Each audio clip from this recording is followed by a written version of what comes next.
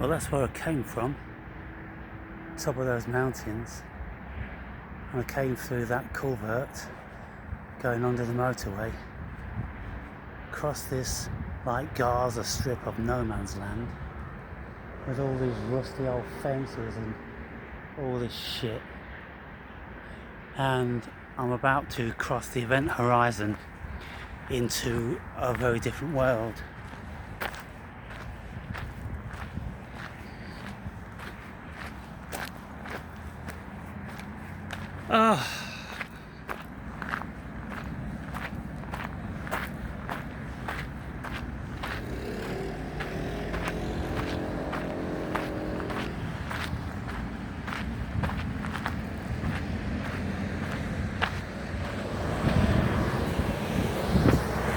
Goodbye, strange land with strange beings dwelling amongst the crag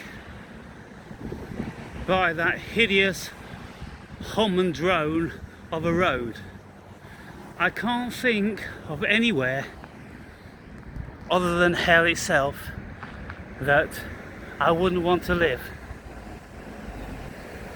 And the mind boggles why anybody would want to do that.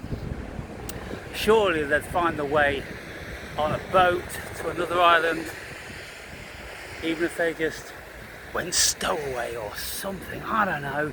You'd find your way out of it, people.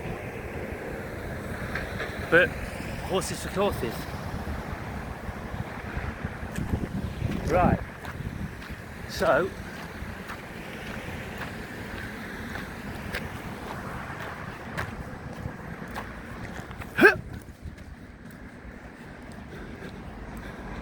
well, it all looks kind of pleasant, doesn't it?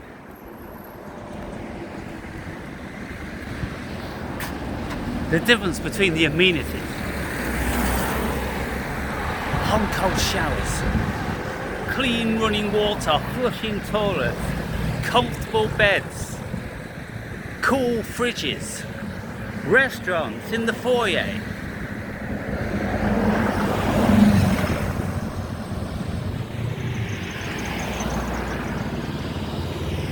But to get there,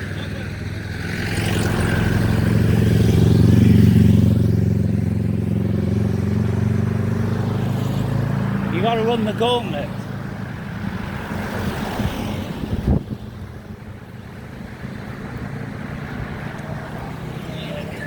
So, within about 30 seconds, the drone will start to disappear. And that noise will be replaced with the hiss of the ocean. And you'll see manicured gardens and flowers and wonderful things, wonderful things. When Howard Carter discovered Tutankhamun's tomb in 1920, I do believe, or 1922, they first broke through the wall, and his sidekicks, whatever, they were saying, "What do you see, boss?" And he said, "Wonderful things, wonderful things." Just had a candle through a little hole, because they had like one fake wall, brick wall. Wonderful things. And for those of you that have been to Cairo, the museum in Egypt, and seen all Tutankhamun's artifacts, like I have, you saw his sarcophagus, his chariot, his chairs, his utensils, clothing, and all different sorts of stuff. All that stuff they packed with him for the afterworld. And so they truly were wonderful things. Thousands of years old. I think there's about 4,500 years old. Something like that. So to bless your eyes on things like that, people, I went in Tutankhamun's burial chamber.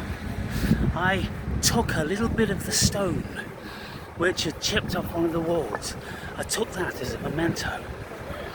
And I saw where the most famous king on the world was buried. And it was amazing. And so then I laid in the great sarcophagus of the Great Pyramid, and that was amazing. Alexander the Great, Napoleon Bonaparte, among others, have laid in that sarcophagi, people. Can you imagine? I've been in the same space as those amazing people. Anyone that went to Egypt ended up lying in the sarcophagi in the King's Chamber. Alexander the Great, Napoleon Bonaparte. That's obviously where I gained my enlightenment from. Yes, people, it most certainly is true. Napoleon Bonaparte apparently stayed alone in the King's Chamber overnight. And when asked in the morning, what did he see? He told people, you don't want to know. And that's where the mystery ends. You don't want to know.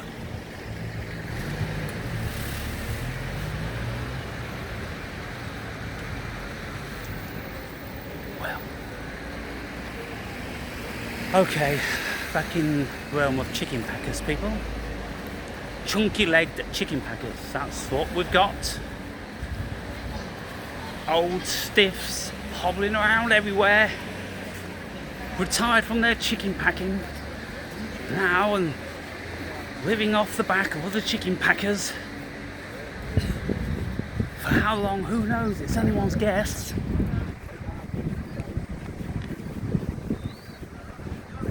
Oh, that's a sight for sore eyes.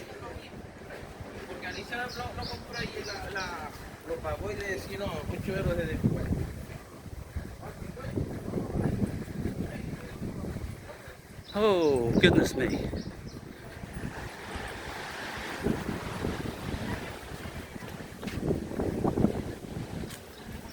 Well, it's quite a contrast, and I never really thought that I'd be so happy to see it, and so happy to be in this environment rather than up there with all those craggy, sharp, dry as a fucking brittle stones and spin effects and all that shit.